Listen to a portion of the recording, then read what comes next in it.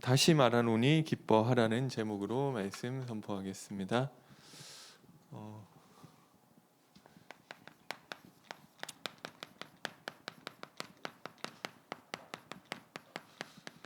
빌립보서의 배경을 잠깐 설명드리겠습니다. 그 빌립보서는 좀 옥중서신이라고 하는데요. 감옥에서 쓴 편지가 옥중서신이고요. 어느 감옥이냐 하는 거에 대해서는 의견이 조금 다른 것 같아요. 전통적으로 로마 감옥이라고 봤던 경우들이 많았는데요. 왜냐하면 시위대 뜰에 대해서 이야기하고 있고요. 그리고 사장인가 뒷부분에 로마 황제의 가족들 어떤 이 너희에게 문안한다 뭐 이런 내용들이 있어서 이게 아마 이 로마에서 쓴 편지로 생각을 하고 있는데 최근에 보니까 그게 아니다. 아마 에베소에 있는 감옥에서 썼을 것이다. 이렇게 보는 견해가 더 많은 것 같습니다. 왜냐하면 디모데 공동 저자가 여기 1장에 보면은 디모데가 같이 쓴 것으로 나오는데요. 이게 여러 가지 동선이 뭐 여기서 이게 사도행전 28장 이후에 셋집에 거하면서 그 감옥에서 쓴 편지로 생각을 하면은 막 중간에 이 빌레몬하고 뭐 아무튼 이게 안 맞아요. 그래서 아마 이게 에베소에 있는 감옥에서 쓴 편지지 않느냐. 요즘에는 그렇게 보는 견해가 더 많고요. 에베소에 있는 감옥에 갔다고 하면은 여러 가지가 잘 맞는데요. 동선도 그렇고 디모데가 함께 있는 것도 그렇고. 그러면 에베소에서 어쩌다가 감옥에 가게 됐는지를 보면은 바울이 저기 사도행전 19장이죠. 사도행전 19장에서 이 복음을 2년 동안 복음을 전하는데 뭐 2년 동안 거의 3년이에요. 근데 그 기간 동안 이 아시아에 사는 사람은 유대인이나 헬라인이나 다 주의 말씀을 듣고 주의 말씀이 흥황하여 세력을 얻고 그 마술하던 사람들이 자기 마술하던 것을 가지고 와서 불사르는데 그게 은 2만이나 되고 그리고 그 당시에 이 에베소라는 도시가 그 큰 여신 아데미를 숭배하는 그 도시였었는데 그게 전도 운동이 너무 일어나니까 그 우상 만드는 업자들이 자기 생계에 위협을 받는 거예요. 그래서 막 바울을 고소하는 내용이 나오는데 아마 그때 감옥에 갇히지 않았나. 그러니까 이 매도 많이 맞고 굉장히 뭐 어려움을 당했겠죠. 왜냐하면 자기 밥그릇을 건드렸으니까. 그러니까 그거를 생업으로 아데미 신상이 신전에서 거기에서 나오는 수입으로 먹고 사는 사람들의 생계에 타격을 입을 정도로 이런 것들이 있었기 때문에 아마 그때 좀 감옥에 두들겨 맞고 거의 두들겨 맞는 것도 그냥 맞는 게 아니라 좀 심하게 맞고 감옥에 가지 않았나. 그렇게 치면은 고린도전서에 나오는 내가 아시아에서 당한 환난을 너희가 알기를 원하는데 내가 거의 죽을 뻔했다. 그 얘기랑도 잘 맞아지는 것 같습니다. 그래서 그때 이 감옥 생활이라는 게 저기 군대나 지금 감옥처럼 이 밥이 알아서 나오는 게 아니에요. 그러니까 국가에서는 가둬만 놓지 전혀 이 신경을 안 써줘요. 그러면은 이 사람이 생명을 이어가려면은 누군가 이 돈을 내고 밥을 넣어주는 사람이 있어야 되고 그렇지 않으면은 이 생명이 연명하기도 어려웠단 말이에요. 그런데 그 역할을 이제 빌립보 교회에서 했는데요. 에바브로 디도라는 사람을 보내서 이 바울이 옥중 생활에서 필요한 모든 것들을 지원해주기, 재정적인 것뿐만 아니라 모든 것들을 좀 지원해주도록 했고요. 그리고 뭐 여기 보니까 이게 이 1장 5절에 보니까 너네가 복음의 태초부터, 그러니까 바울이 본격적인 사역을 할 때부터 바울의 사역에 함께했던 교회인 것을 알 수 있습니다. 그래서 빌립보 교회는 어떻게 보면 바울에게 있어서 이 바울의 전도 운동 사역에서 한 배를 같이 탄 이 동역자고 가족과도 같은 이런 관계라고 할 수 있고요. 이 빌립보 교회는 바울에게 물질적인 부분을 좀 서포트를 했고요.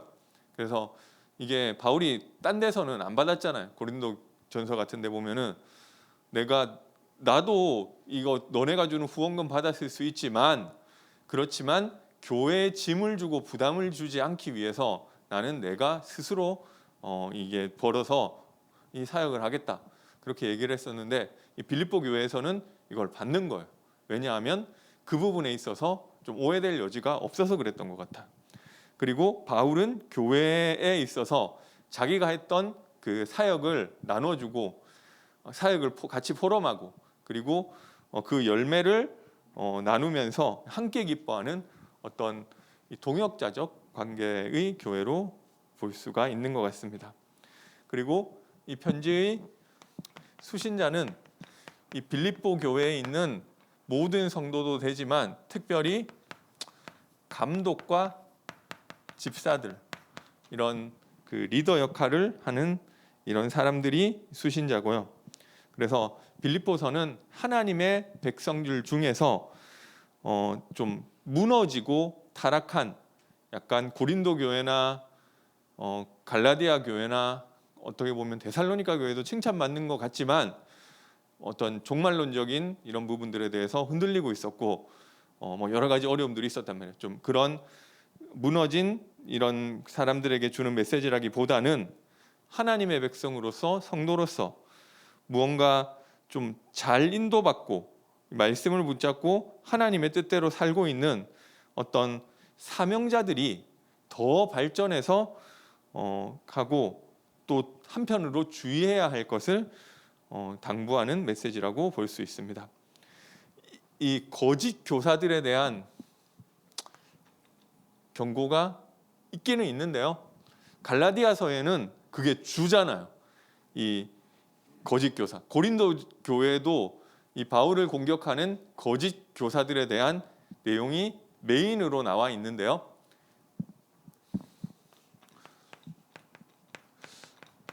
서신서가 거의 이 얘기를 하고 있는데 빌립보서에는 없는 건 아닌데 조금 있어요.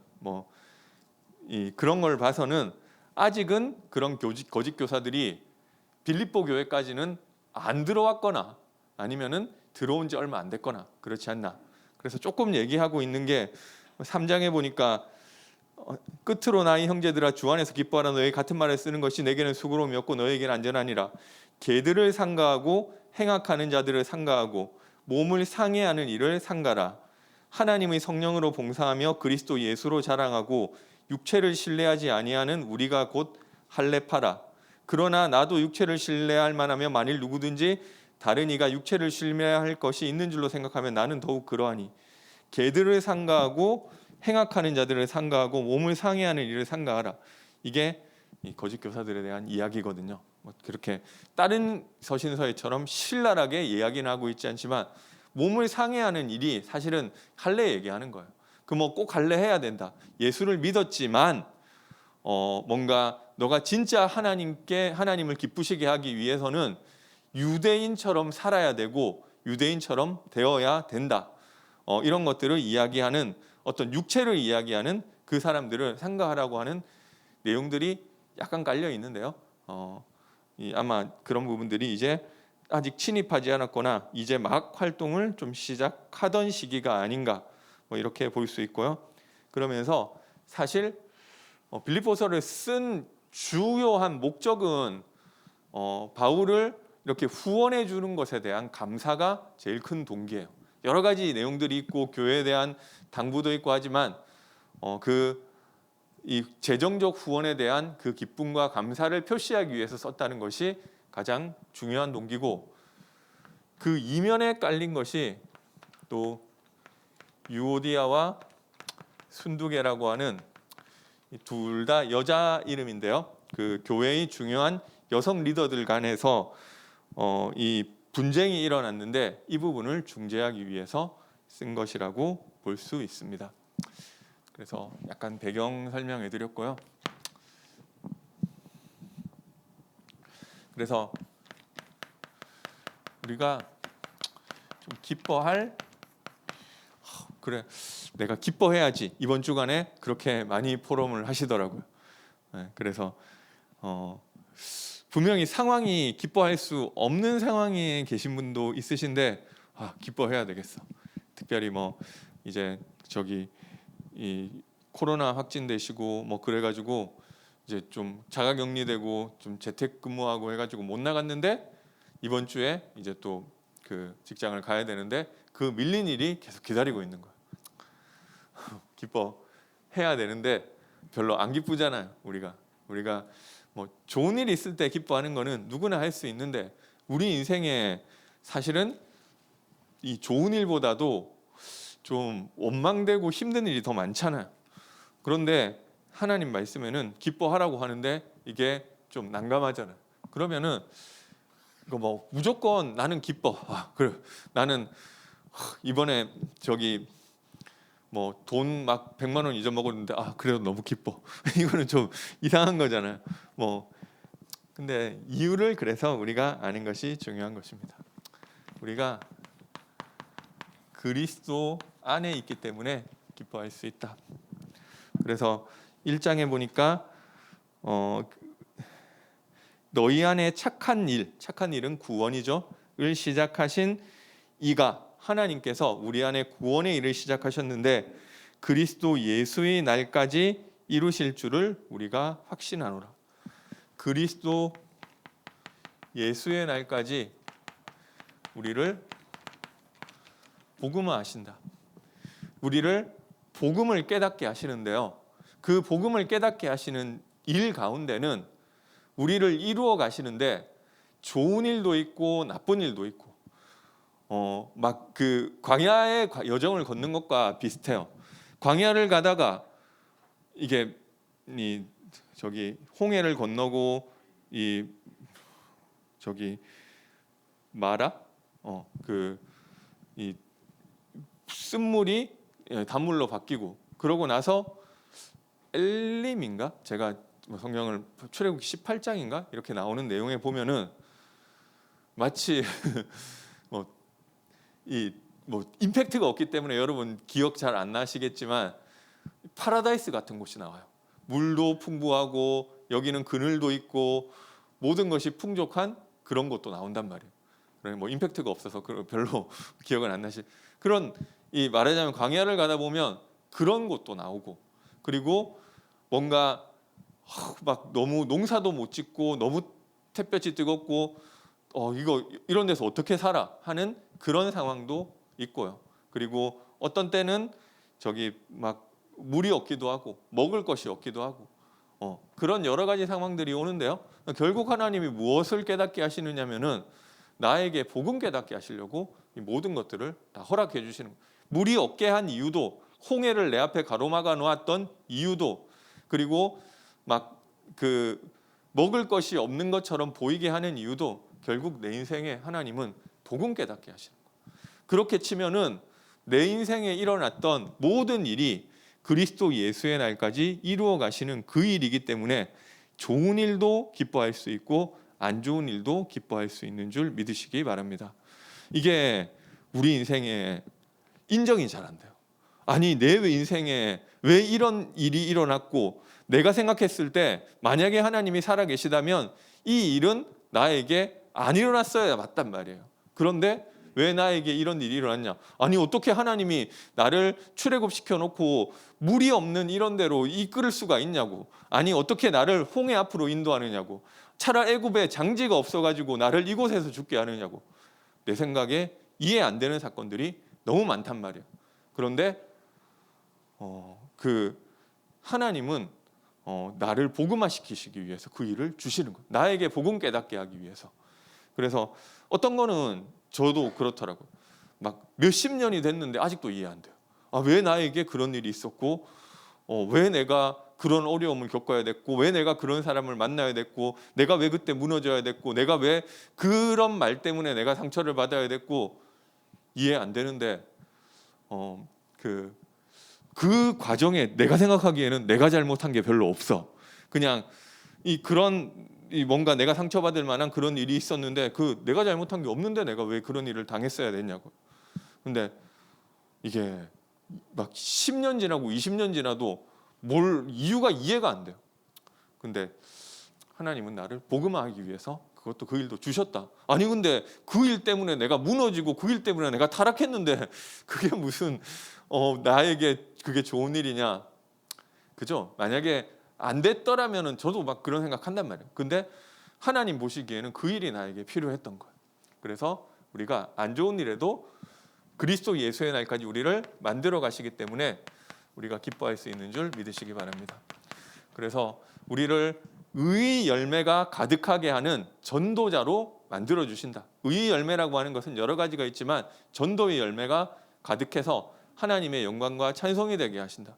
제가 이유 없이 어려움 당한 것 같고 무너진 것 같고 그 상황에서 제가 이번 주에 어떤 그 사람을 만났는데 얘기를 하다 보니까 제가 그 친구한테 좀 해줄 얘기가 있더라고요. 아, 나랑 비슷하구나.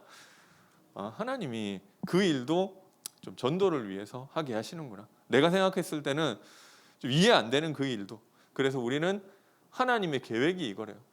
이 안에는 그 바울이 억울하게 감옥 간 일도 있었고요. 그 어려운 일도 당한 것도 있었고 모든 것 가운데 하나님이 그리스도 예수의 날까지 나를 의의 열매가 풍성하여 하나님의 영광과 찬송이 되게 하는 그 전도자로 복음화 시키셔서 나를 전도자로 만들어 가시는 과정인 줄 믿으시기 바랍니다. 그래서 우리가 그 어려운 일, 안 좋은 일 당했는데 그 미친놈이라서 기뻐하는 게 아니고요.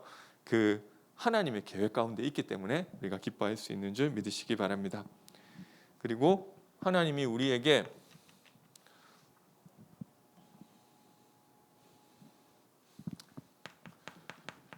새로운 소원을 주셨어요.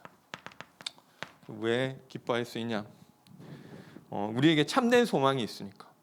이 세상에 썩어질 소망이 아니라 최고의 소망이 있으니까. 하나님이 새로운 마음 소원을 주신대요. 내가 막 이거 너무 복음하고 전도하고 싶어. 내가 언제부터 그런 사람이었어? 나는 그냥 뭐 저기 돈이나 좀 벌고 남들 뭐 사는 만큼 살고 그냥 뭐 그렇게 우리 자식 좀 잘 되고 나는 그것만 생각하던 사람이 언제 이 전도를 놓고 기도하고 그것 때문에 답답해하고 그것 때문에 눈물을 흘리는 사람 되고 내 주변에 막 그 어려움 당하는 사람 놓고 막 힘들어하는 그런 사람이 됐다. 하나님이 우리에게 새로운 소원을 주신 줄 믿으시기 바랍니다. 이게 발견된 사람은 기뻐할 수 있잖아요. 그리고 하나님 우리에게 전도의 기쁨을 주시는 줄 믿으시기 바랍니다. 바울이 이 1장 18절에 보니까 자기가 감옥 가는데도 기쁜 거예요. 왜냐? 내가 매임을 통해서 이게 복음이 더욱 전파되기 때문에 나는 그래도 기쁘다는 거예요. 좀 이상하죠. 그런데 어쨌든 그게 전도자에게는 하나님이 그런 기쁨을 주시는 것 같아. 그리고 또 제자가 일어나는 걸 보니까 너무 기쁘다. 빌립보 교회 너네가 나와 한 마음을 품고 인도받는 것을 보니까 너무 기쁘고 그 제자를 위해서는 나를 제물로 드릴지라도 기쁘게 드릴 수 있겠다. 이게 그 하나님이 주시는 전도로 인한 기쁨이 있는 줄 믿으시기 바랍니다. 그리고 우리에게 기도를 통한 기쁨을 주셨어요. 그래서 우리가 염려가 없을 수는 없지만 모든 염려를 기도 제목으로 하나님 진짜 그 기도의 능력 믿는 사람은 제가 늘 그렇지는 않은데 지금 생각났어요. 옛날에 제가 이거 쓰면서 방금 생각났는데 제가 늘 아니지 어쨌든 늘 기도하고 이럴 때는 어려움 당하니까 약간 또 좀 기쁜 것도 있더라고요. 좀 이상합니다. 왜냐하면 내가 맨날 기도하는데 별로 할 말 없었는데 내가 이걸 가지고 하나님 내가 이게 지금 너무 어렵고 억울한 일을 당했는데 이걸 가지고 하나님께 오늘 기도하면은 뭔가 하나님이 나를 뭐 위로해 주실 것 같고 그러니까 이게 기도하는 사람은 염려가 있어도 이 염려거리가 있어도 괜찮은 것 같아. 그래서 어떤 상황 속에도 있어도 모든 것을 할 수 있는 사람. 그리고 하나님은 그리스도 예수 안에서 우리의 모든 쓸 것을 채우시리라. 하나님이 나에게 필요한 것은 주시고 필요하지 않은 것은 안 주시기 때문에 우리가 기뻐할 수 있는 줄 믿으시기 바랍니다. 그래서 우리가 이 그리스도 안에 부르심을 받은 사람인데요. 그 그리스도인은 어떤 삶을 살아야 하느냐? 이 세상의 가르침이 있는데요.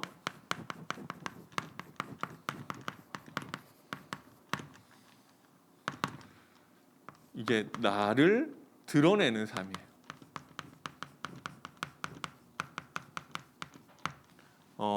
이 로마 황제처럼 이 자기를 드러내고 가르치고, 요즘은 또 조금, 옛날에는 겸손이라는, 요즘은 겸손이 미덕인데 옛날에는 꼭 그게 미덕도 아니었대요. 뭔가 종들이 하는 행동이 겸손인 거예요. 그러면은 좀 겸손하다, 이거는 자기의 연약함의 표시고 무능함의 표시로 이해했던 때도 그 당시에는 그랬다고 하더라고요. 그런데 어찌됐건 요즘도 그런데 자기 PR 시대잖아요. 나를 드러내는 것이 결국 이제 창세기 3장, 6장, 11장 이렇게 살라고 이야기하고 있는 것입니다. 그런데 그리스도의 삶은 어땠느냐? 그러니까 이 중심으로 살다 보니까 여러 가지 문제들이 생기는 거예요. 내가 예수를 믿고도 뭔가 복음 안에 들어왔는데도 불구하고 내가 사역을 하고 전도를 하는데 그게 결국은 나를 드러내는 부분들이 되니까 그 사역을 하면서도 다른 사람들하고 부딪히고, 이게 좀 저도 옛날에 그랬던 것 같아요. 내가 막 교회에서 중요한 사람으로 응답받고 있는 것 같은데 누군가 그런 사람이 한 명 더 나타났다. 감사해야 되는데 왠지 뭔가 나만 좀 그렇게 됐어. 우리 교회에서 내가 좀 이렇게 그런 사람이었었는데 한 명 더 생긴 게 사실 그렇게 안 반가운 거예요. 그게 뭐냐면은 나잖아요. 그래서 그런데 그리스도는 어떻게 사셨느냐? 너희 안에 이 마음을 품으라. 곧 그리스도의 예수의 마음이니 그는 근본 하나님과 본체시나 하나님과 동등됨을 여길 것으로 여기지 아니하시고 스스로 낮춰 종의 형체를 입고 이 땅에 오셔서 죽기까지 복종하셨으니. 이 겸손하다는 것은 종들이 가진 이 특징인데 이것을 그리스도가 가지고 오셨다는 것. 그런데 이분은 사실은 만왕의 왕이시고 만주의 주신데 진짜 이 하나님이 어떻게 사셨느냐? 그분은 자기를 높이고 자기를 드러내는 것이 아니라 그분이 하나님이심에도 불구하고 자기 신성을 버려서라도 인간을 섬기기 위해서 오신 그분이 바로 하나님이시다. 너네가 진짜 이 하나님과 이 그리스도를 주로 믿는다고 하면 그분의 그런 삶이 너희 가운데도 나타나야 하는 것이 아니냐. 그래서 이분은 사실 하나님이신데 구약 성경 가운데 하나님이 직접 오셔야지, 직접 오셔서 하시겠다 하신 그 일이 그분을 통해서 다 일어났잖아요. 그런데 그분은 종의 형체를 입고 이 땅에 오셔서 죽기까지 복종하시는 그 삶을 사셨다. 그러면은 너희 안에 품어야 될 것이 이 마음 아니냐. 내가 없어지고요. 세상의 황제는 자기를 드러내는데 진짜 하나님이신 그리스도께서 오셔서는 오히려 자기를 죽기까지 복종하시는 그 삶을 사셨다는 거예요. 그러면은 너네가 살아야 될 삶은 그리스도가 내 안에 사는 그 삶이 당연히 따라와야 되는 거 아니냐, 이 얘기를 하고 있는 것입니다. 그 이유는 그러면 나는 손해 아니냐? 왜냐하면 최고의 지식 대신 그리스도가 나에게 발견되었기 때문에. 최고의 지식 그리스도잖아요. 다른 거를 왜 자기가 내 주 예수 그리스도를 아는 지식이 가장 고상함을 인함이고 다른 모든 것을 해로 여기고 다른 것이 배설물 같으냐? 자기가 뭐 율법도 많이 배우고 뭐 이것저것 뭐 문학 배우고 뭐 이것저것 쓸데없는 거 쓸데없지는 않지만 어쨌든 이것저것 배워놨는데 그거 가지고 영적 문제가 해결이 안 되잖아요. 그래서 이 소용이 없잖아요. 그런데 내가 그리스도를 알고 여기서 인생의 답을 얻었잖아요. 그래서 그리스도가 최고 지식이니까. 그리고 내 인생 최고의 발견이 최고 발견이라기보다 어떻게 보면 목표죠. 목표. 내 인생의 최고의 목표가 그리스도께 발견되기를 원한다. 하나님이 딱 발견하는 사람. 이게 그렇잖아요. 내가 이 지역에 전도 운동을 해야겠는데 그때 하나님의 눈에 딱 뜨이는 사람. 내가 누구를 보내면 누가 우리를 위하여 갈고 할 때 하나님께 발견되는 사람. 내 인생의 목표. 나는 아직 내가 이루었다 생각하지 않고 그리고 이미 얻었다고 생각하지도 않고 그리스도께 발견되기를 원한다. 그리고 우리 인생의 최고 계획이 3장 12절에 보니까요. 내가 이미 얻었다 함도 아니고 온전히 이루었다 함도 아니고 이미 많은 것을 이뤘지만 그것은 뒤에 이미 지난 것은 지나간 것으로 여기고 그리스도 예수께 잡힌 바 된 그것을 잡으려고 달려가노라. 우리 인생의 최고 계획은 하나님이 우리에게 소원을 주시는 것 같다. 그래서 어떤 분들은 또 고민하시다. 나는 내 인생에 하나님의 인생 메시지가 발견이 확실히 모르겠다고. 오래 걸려요. 오래 빨리 오는 사람도 있고 늦게 오는 사람도 있는데 어쨌든 그리스도께 잡힌 바 된 그것이 나에게 발견되는 그것이 우리 인생의 최고 계획인 줄 믿으시기 바랍니다.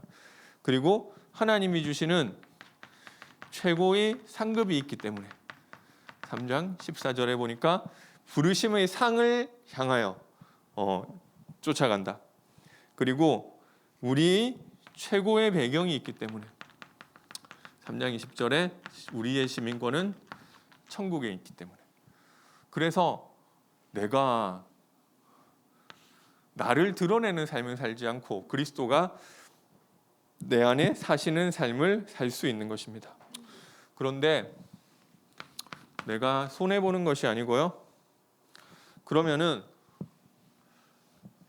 나는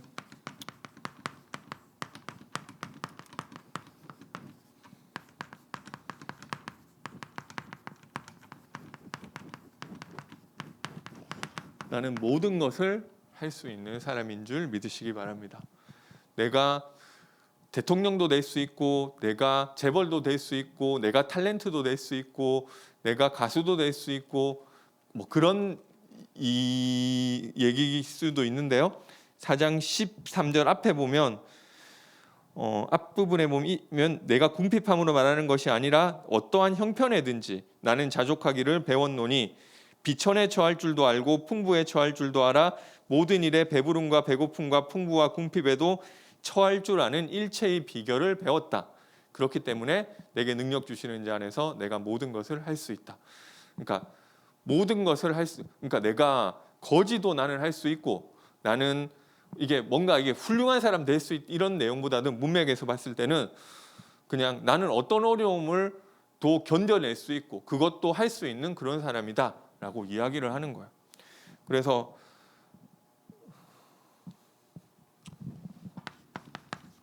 실제 갇혀도 괜찮았어요.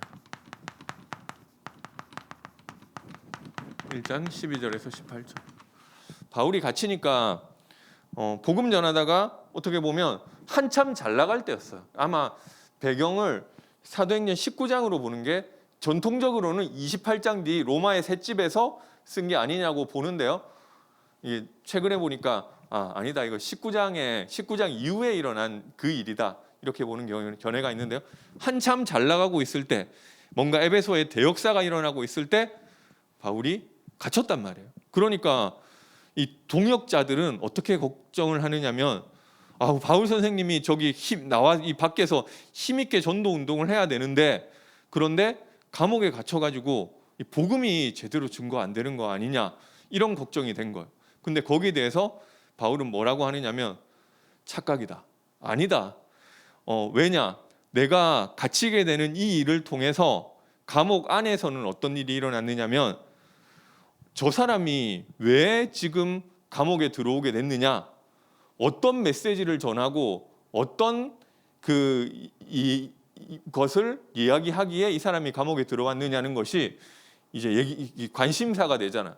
그러니까 이 1장에 보니까 시위대 안에 있는 로마 병사들과 이 시위대 안에 그 밖의 모든 사람에게 나타나게 됐다. 그러니까 저 사람이 뭐 때문에 들어왔는지는 사실은 하나잖아요. 이 반역죄인데, 이 로마에서는 이 시저, 성경에 나오는 표현으로 가이사를 이 주라고, 가이사에게만 주라고 붙였는데, 이 사람이 다른 주, 다른 왕, 다른 어떤 이 왕이 있다고 하더라. 그런데 그 왕은 이 로마의 황제와는 다르게 자기 자신을, 인간을 구원하시기 위해 인간의 모습을 입고 고통당한, 십자가에서 죽은 그 왕이라더라. 이게 그 군인들이 와 있으니까 이 로마의 주류 사회에 그것들이 전파되게 된 거예요. 시위대 안과 모든 사람에게 감옥 안에서 이런 일이 나타났다. 그리고 감옥 밖에서는 어떤 일이 일어났느냐, 두 가지 부류로 나뉘어졌는데요. 바울을 걱정하는 사람들은, 우리 바울 선생님 복음 전하다가 저렇게 됐으니까 우리도 힘내서 더 복음 전해야 되겠다. 바울 선생님만큼은 못하더라도 우리도 감옥 가지는 않더라도 우리가 너무 소심하게 막 선생님은 복음 전하다 감옥까지 갔는데 우리가 더 적극적으로 담대하게 복음 전했다는 거예요. 그리고 또 어떤 사람들은 바울의 시기에서, 야, 너 없다고 교회 안 돌아가고 복음이 뭐 안 될 줄 알아? 야, 너 없으면 더 잘 되거든? 배 아프라고. 이게 이 사람들은 약간 중심이 나죠. 그러니까 내가 중심인 사람들은 나 없는데 너무 잘 되면은 이게 내가 없으면 좀 안 돼야 되는데 그러면은 배가 아프잖아. 어떻게 보면 잘못된 동기를 가지고 시기와 다툼으로 복음을 전했는데, 어찌 됐건 내가 갇히는 그 일 때문에 복음이 막히는 거 아니야. 그리고 오히려 시위대 그 감옥 안과 밖에서 복음이 더 잘 되고 있고 잘 전해지고 있고, 하나님은 하나님의 일을 하고 계신 거야. 나는 갇혀도 괜찮아. 어떻게 보면 바울의 중심이 나타나죠. 이게 내가 중심이 된 사람은 나를 통해서 교회 안에서 이 역사도 나를 통해서 일어나야지, 그게 나를 통해서 안 일어난 거는 오히려 기분 나쁘다니까요. 근데 어떻게 보면 바울이 너희 안에 이 마음을 품으라고 그리스도 예수의 마음이니, 이 내용을 하면서도 말을 하면서 또 뒤에 보면 너희는 나를 본받으라. 나를 본받으라는 것은 본인이 아마 고난 당하는 그 내용을 이야기했겠죠. 낮아짐으로 말미암아 되는 그러니까 본인이 이 마음이 있기 때문에 내가 아니더라도 복음 전해지니까 갇혀도 나는 괜찮다는 거예요. 그리고 이때 사실 에베소에서 갇혔다고 봤을 때는 그때 풀려난다는 보장이 없어요. 그러니까 사실 고린도 전서의 후서인가 1장에 그 표현으로 보면 내가 거의 죽을 뻔했다, 이런 표현이 나오거든요. 그러니까 여기서 내가 이렇게 있다가 금방 나가겠다 생각한 게 아니고, 자기의 마지막 때를 좀 이미 내다보는 그런 내용들이 있거든요. 그래서 자기 죽음 이유를 물론 결과적으로 바울이 빌립보 감옥을 나왔어요. 그런데 감옥에 있을 때는 내가 이러다가 여기서 죽겠다, 이런 상황이 있었단 말이에요. 그래서 사실 죽음을 암시하는 내용이 나왔는데요. 1장 21절에 보니까 이게 어떻게 보면 죽음, 이 바울뿐만 아니라 그리스도인이 이 죽음 이후에 일어나는 일들이 어떤 일이냐, 거기에 대해서 어떻게 보면 이 좀 드러나 있는 내용들이 여기에 나오는데, 내가 그 둘 사이에 끼어 있다. 1장 23절에 보니까요, 어디에 끼어 있느냐면 차라리 세상을 떠나서 그리스도와 함께 있는 것이 훨씬 좋은 일이라. 그러니까 하나는 죽는 거, 하나는 풀려나서 사역을 계속하는 그 둘 사이에 내가 끼어 있다는 거예요. 그러니까 여기 감옥에서 죽든지 아니면은 나는 나가서 나갈 수 있든지, 둘 중에 어떤 게 될지 모르겠지만 내가 둘 중에 끼어 있고 아마 여기서 죽을지도 모르겠지만 내가 죽는다 하더라도 그것이 나쁜 일이 아니니까, 그것도 좋은 일이니까 괜찮다는 거예요. 그래서 이 세상을 떠나서, 왜냐하면 세상을 떠나서 그리스도와 함께 있는 것이 나에게는 훨씬 더 좋은 일이다. 나는 차라리 그렇게 하고 싶다. 그렇지만 만약에 교회의 유익을 위해서 하나님이 나를 남게 하시면, 이 땅에 남게 하시면은 남겠다. 그것이 아마 너희에게도 유익하고 교회에도 유익하고 그럴 것이다. 그렇지만 내 진짜 소원은 세상을 떠나 그리스도와 함께하는 것이다. 왜냐하면 세상을 떠나는 것이 끝이 아니고 그리스도와 온전한 하나님의 백성으로 함께하는 그 시간이 그 시간표이기 때문에 그렇다는 거잖아. 부활이 있기 때문에 세상을 떠나면 즉시 우리는 그리스도와 함께하게 되는 줄 믿으시기 바랍니다. 그것이 진짜 더 좋은 일이기 때문에 내게 사는 것이 그리스도니 나의 죽음도 유익함이라. 그러니까 혹시 내가 여기서 못 나가고 죽는다 하더라도 이것도 좋은 거니까 당황하지 마라. 그 이야기를 하는 것입니다. 그래서 오늘도 이제 마치고 장례 예배 가는데요. 제가 잠깐 통화를 했는데 마음은 또 그렇게 얼마나 아프겠어요. 그런데 이제 좋은 데 가셔서 감사하다 이렇게 얘기하시더라고요. 이게 좀 약간 말을 하자니까 좀 슬퍼지는 것도 있지만 사실은 그렇단 말이에요. 바울이 그 이후에 대해서 본인뿐만 아니라 이 모든 기독교인들이 갈 그 죽음 이후의 세계가 어떤 것인지를 암시하는 내용을 했는데요. 내가 훨씬 더 좋다. 그 이야기를 하고 있는 것입니다. 그래서 어떤 일이 있어도 그렇기 때문에 괜찮은 사람, 좋은 일이 있으면은 괜찮은 게 아니고 어떤 일이 있어도 괜찮은 것이 우리의 그리스도 안에서 바뀌어진 우리의 삶인 줄 믿으시기 바랍니다. 그래서 우리에게는 천국 시민권이 있다. 이게 빌립보가 라는 도시가 옥타비아누스 황제인가 그 전쟁을 거기서 큰 승리를 몇 번 거둔 도시예요.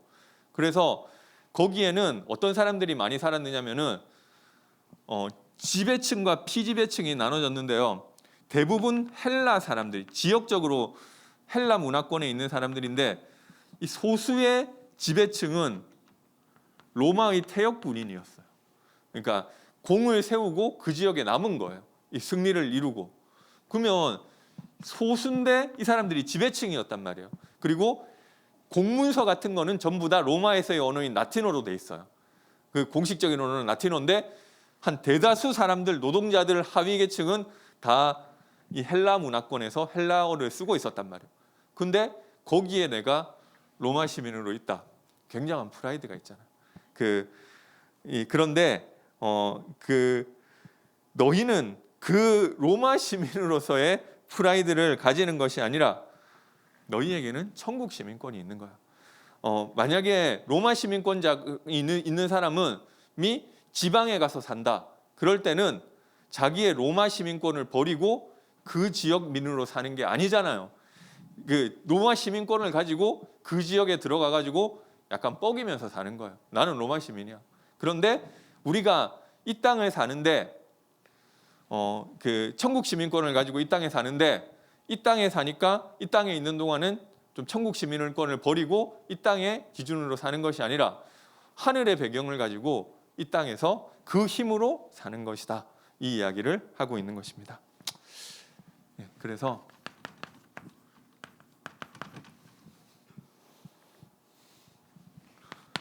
제일 중요한 내용이요. 그리스도 안으로 들어가게 되시기 바랍니다. 그리스도 안이라고 하니까 뭐 대단한 것을 생각하지 마시고요.